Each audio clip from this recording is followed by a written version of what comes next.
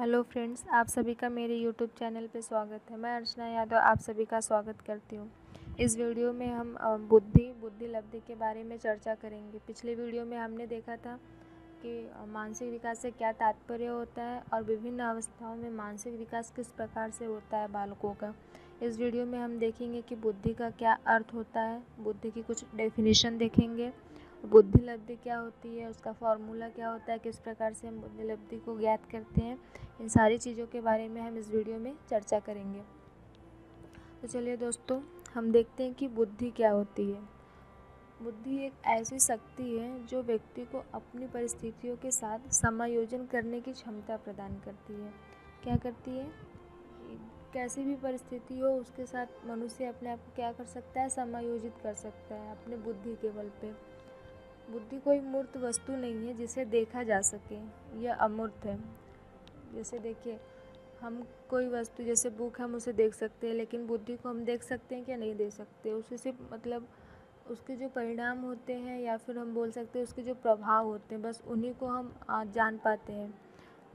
बुद्धि को हम देख नहीं पाते अपनी आँखों से, वो इनविजिबल होती है, विजिबल नहीं होती है बुद्धि। ओके। बुद्धि के आधार पर ही व्यक्ति की योग्यताओं का निर्धारण होता है। बुद्धि के आधार पर क्या होता है कि किसी भी व्यक्ति का निर्धारण होता है। हम ऐसा बोलते हैं कि वो लड़का बहुत बुद्धिमान है, ये थोड़ा कम बुद्धिमान है, तो उनकी जो योग्यताओं का निर्धारण है उनके बुद्धि के आधार पर ही होता है।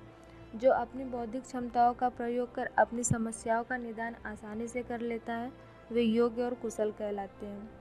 ओके। बुद्धि कोई एक तत्व नहीं है, क्या है? कोई एक मतलब एक पर्टिकुलर चीज़ नहीं है बुद्धि, या तत्व बोल सकते हो, नहीं है। बुद्धि क्या है? विभिन्न मानसिक योग्यताओं का समूह है। क्या है?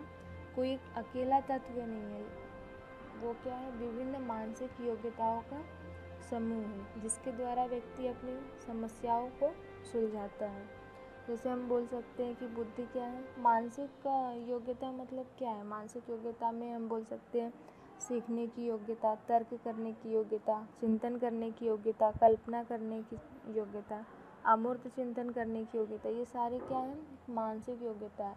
इन सभी चीज़ों का जो समूह है, सम्मिलित रूप से हम क्या बोल सकते हैं? वो बुद्धि है। ओके। तो चलिए देखते हैं यहाँ क्या लिखा हुआ है। बालक बालिकाओं के मानसिक योग्यताओं का पता लगाने के लिए हम उनकी बुद्धि का पता लगाते हैं। क्या है? किसी भी बालक या बालिका का जो मानसिक योग्यता है, मतलब उसकी बुद्धि कैसी है, वो जानने के लिए हम क्या करते हैं? बुद्धि का पता लगाते हैं। हम अक्सर कहते हैं कि अमुक व्यक्ति बहुत बुद्धिमान है व दूसरा व्यक्ति कम बुद्धिमान है। कि अमुक व्यक्ति क्या है? बहुत बुद्धिमान है और दूसरा व्यक्ति कम बुद्धिमान है। ऐसा हम अक्सर कहते हैं ना। मतलब अगर टीचर पढ़ा रहा है क्लास में तो कभी ऐसा डिस्कशन होता है तो वो बोलते हैं कि नहीं, ये बच्चा बहुत होशियार है, ये बच्चा थोड़ा सा कम होशियार है। इस तरह से हम बोलते हैं। सामान्यतः क्या होता है? सीखने, तर्क करने, चिंतन करने, कल्पना करने व अमूर्त चिंतन करने की योग्यता बुद्धि कहलाती है। अभी मैंने आपको बताया कि इन मतलब मानसिक योग्यताओं का जो समूह होता है उसे ही बुद्धि कहते हैं। यहाँ पर भी देखिए यही लिखा हुआ है कि जो सीखने की योग्यता होती है, तर्क करने की, चिंतन करने की, कल्पना करने की, अमूर्त चिंतन करने की, ये सारी योग्यताएं क्या होती है? बुद्धि कहलाती है, सम्मिलित रूप से। विभिन्न मनोवैज्ञानिकों ने बुद्धि की परिभाषाएं दी है। देखिए, सबसे पहले मनोवैज्ञानिक वुडवर्थ, इनके अनुसार क्या है बुद्धि की परिभाषा? तो वो कहते हैं कि बुद्धि कार्य करने की विधि है। मतलब बुद्धि क्या है? कार्य करने की विधि है। अलग अलग व्यक्ति अपने बुद्धि के अनुसार अलग अलग कार्य को अलग अलग तरीके से करते हैं। तो वुडवर्थ का कहना यही है कि क्या बुद्धि क्या है? कार्य करने की विधि है। ओके।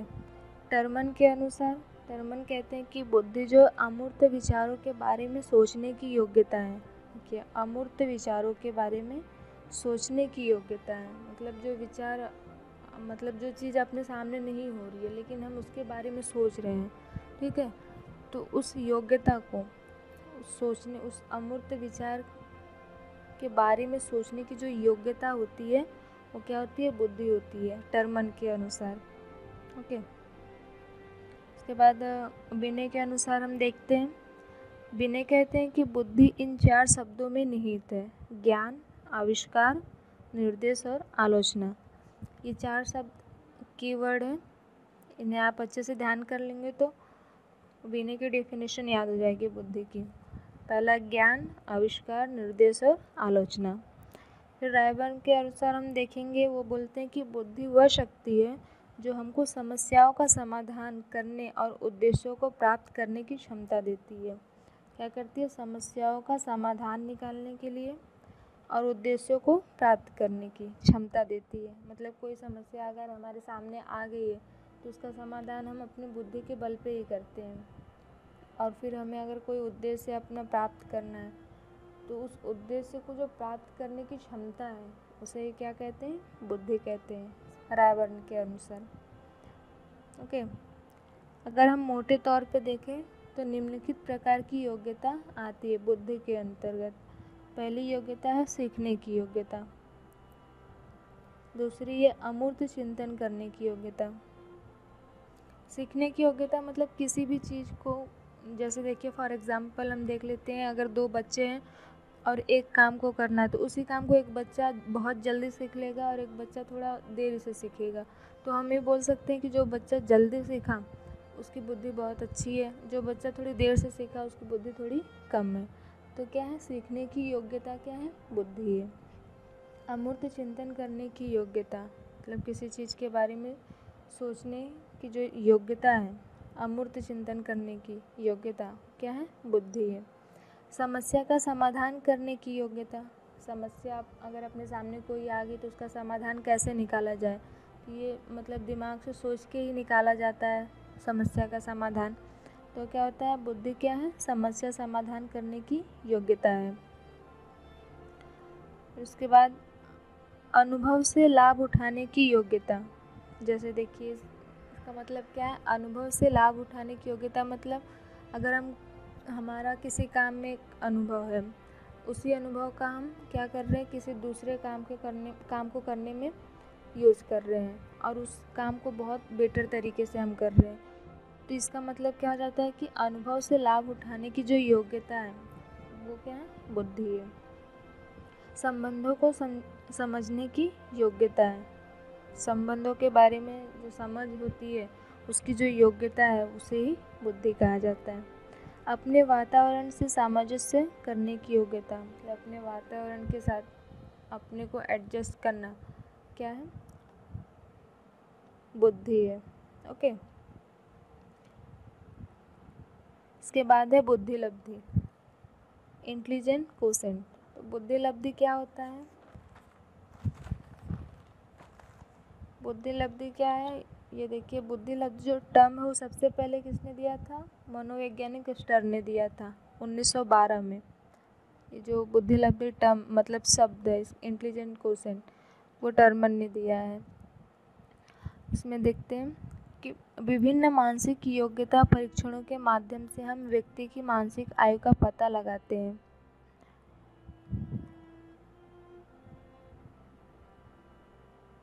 ओके, विभिन्न मानसिक योग्यता परीक्षणों के माध्यम से हम व्यक्ति की मानसिक आयु का पता लगाते हैं। अब यहाँ एक टर्म आया मानसिक आयु। अब मानसिक आयु क्या होता है? तो मैं आपको समझा दूँ कि मानसिक आयु जो है इसके संबंध में सर्वप्रथम बिनेट ने मतलब विचार दिया था। उन्होंने, कौन से वैज्ञानिक हो? बिनेट। 1908 में सबसे पहले उन्होंने मानसिक आयु के बारे में बताया था। तो बिनेट ने क्या किया था? प्रत्येक आयु वर्ग के लिए उस आयु वर्ग की योग्यता के अनुसार प्रश्नों का निर्माण किया था। तो अगर जो बच्चा अपने आयु वर्ग के लिए तैयार किया गया प्रश्न का उत्तर दे दिया तो उसकी मानसिक आयु क्या होती थी? वही मतलब जो उसकी वास्तविक आयु है वही उसकी मानसिक आयु होती थी। जैसे हम एग्जाम्पल लेके देख लेते हैं कि कोई बच्चा है वो 10 साल का है, ठीक, और 10 साल के लिए जो प्रश्न तैयार किया गया है उसके सभी उत्तर वो दे रहा है, तो उसकी मानसिक आयु क्या हो जाएगी? 10 साल। लेकिन अगर वो क्या कर रहा है कि 8 साल के बच्चों के लिए जो प्रश्न तैयार किए गए हैं उसका आंसर दे रहा है, तो उसकी मानसिक आयु क्या हो जाएगी? 8 साल हो जाएगी। और अगर वो 12 साल के बच्चों के लिए तैयार किया गया जो प्रश्न है उसके उत्तर दे रहा है तो उसकी मानसिक आयु 12 वर्ष हो जाएगी। उसकी वास्तविक आयु कितनी हो जाएगी? 10 वर्ष ही रहेगी वास्तविक आयु, क्योंकि वो 10 साल का है, मतलब उसकी जो एक्चुअल एज है वही उसकी क्या है? वास्तविक आयु है। और मानसिक आयु जो मतलब जिस आयु वर्ग के लिए प्रश्न तैयार किए गए हैं, अगर उसका वो मतलब उस क्वेश्चन का आंसर दे रहा है तो उसकी मानसिक आयु क्या हो जाएगी? वही आयु वर्ग हो जाएगा। ओके, जैसे देखिए यहाँ पे दिया है, यदि कोई 8 वर्ष का बालक 10 वर्ष की आयु के लिए निर्मित मानसिक योग्यता परीक्षण कर लेता है। देखिए 8 वर्ष का बालक है, मतलब उसकी वास्तविक आयु कितनी है? 8 वर्ष। क्या कर रहा है? 10 वर्ष की आयु के लिए निर्मित मानसिक योग्यता परीक्षण कर लेता है, तो उसकी वास्तविक आयु क्या हो जाएगी? 8 वर्ष हो जाएगी और मानसिक आयु हो जाएगी 10 वर्ष। ओके, बालक की बुद्धि लब्धि निकालने के लिए हम निम्न सूत्र का प्रयोग करते हैं। अब ये सूत्र देखिए, बुद्धि लब्धि इज इक्वल्स टू मानसिक आयु अपॉन वास्तविक आयु इंटू 100। अब हम एग्जाम्पल एक देख लेते हैं। उदाहरण के लिए मानसिक आयु 10 वर्ष, क्या दिया है? मानसिक आयु 10 वर्ष दिया है, वास्तविक आयु 8 वर्ष दिया है, तो बुद्धि लब्धि 10/8। मानसिक आयु की वैल्यू हमने रख दी कितना? मानसिक आयु यहाँ पे दिया है 10 वर्ष, तो 10 रख दिए, ठीक, अपॉन वास्तविक आयु 8 वर्ष, 8 वर्ष दिया है, इंटू 100। तो इसको अगर हम सॉल्व करेंगे ये वाले टर्म को, तो हमें आंसर मिलेगा 125। तो हम कह सकते हैं कि इस बच्चे की बुद्धि लब्धि जो है इंटेलिजेंट कोशेंट जो है 125 होगा। बुद्धि लब्धि से व्यक्ति की बुद्धि का पता लगाने के लिए टर्मन नामक मनोवैज्ञानिक ने निम्नलिखित वर्गीकरण किया है। देखिए यहाँ पे ये क्वेश्चन मतलब बन सकता है कि किस वैज्ञानिक द्वारा बुद्धि लब्धि का वर्गीकरण किया गया है, तो वो टर्मन है। ओके, चलिए आगे देखते हैं किस प्रकार से इन्होंने वर्गीकरण किया है। अगर 140 या उससे अधिक बुद्धि लब्धि है तो बच्चा क्या माना जाएगा? प्रतिभाशाली माना जाएगा, यानी कि जीनियस माना जाएगा। देखिए 140 या उससे अधिक, और अगर 120 से 140 है, 120 और 140 के बीच में अगर किसी बच्चे की बुद्धि लब्धि है तो वो बच्चा कैसा माना जाएगा? अति श्रेष्ठ, यानी वेरी सुपीरियर। अगर किसी बच्चे की बुद्धि लब्धि 110 से 120 के बीच में है तो श्रेष्ठ बुद्धि वाला माना जाएगा, मतलब सुपीरियर। अगर किसी बच्चे का 90 से 110 के बीच में बुद्धि लब्धि है तो सामान्य बुद्धि वाला माना जाएगा। ये क्वेश्चन MCQs में बहुत बार पूछता है BTC के पेपर में कि सामान्य बुद्धि वाले बच्चों की बुद्धि लब्धि कितनी होती है, तो 90 से 110 के बीच में होती है। ये बहुत बार पूछ चुका है BTC के पेपर में, तो इसे अच्छे से ध्यान मतलब याद कर लेना अच्छे से। ओके, और जिस बच्चे की बुद्धि लब्धि 80 से 90 के बीच में होती है वो मंद बुद्धि का होता है, यानी डल माइंड का होता है। 70 से 80 के बीच वाले क्षीण माइंड यानी फीबल माइंड के होते हैं। 70 से जो कम होते हैं वो निश्चित क्षीण बुद्धि, मतलब निश्चित हो जाता है कि हाँ ये निश्चितली क्या है? क्षीण बुद्धि के हैं, डेफिनेटली फीबल माइंडेड। ओके, जो 50 से 70 के बीच में होते हैं वो अल्प बुद्धि वाले यानी मोरॉन्स होते हैं। जो 20 या 25 से 50 के बीच में होते हैं, 20, 25 या 50 के बीच में होते हैं, वो कैसे होते हैं? मूर्ख बुद्धि वाले होते हैं, इम्बेसाइल होते हैं। फिर 20 या 25 से कम जो होते हैं वो महामूर्ख होते हैं, यानी इडियट होते हैं। तो इस प्रकार से टर्मन ने क्या किया है? बुद्धि लब्धि के आधार पे बुद्धि के प्रकार को वर्गीकरण किया है। ओके, यहाँ पे एक क्वेश्चन दिया गया है कि यदि किसी बच्चे की मानसिक आयु कितनी है? 16 वर्ष है और वास्तविक आयु 10 वर्ष है, तो उसकी बुद्धि लब्धि क्या होगी? वो किस बुद्धि स्तर का बालक कहलाएगा?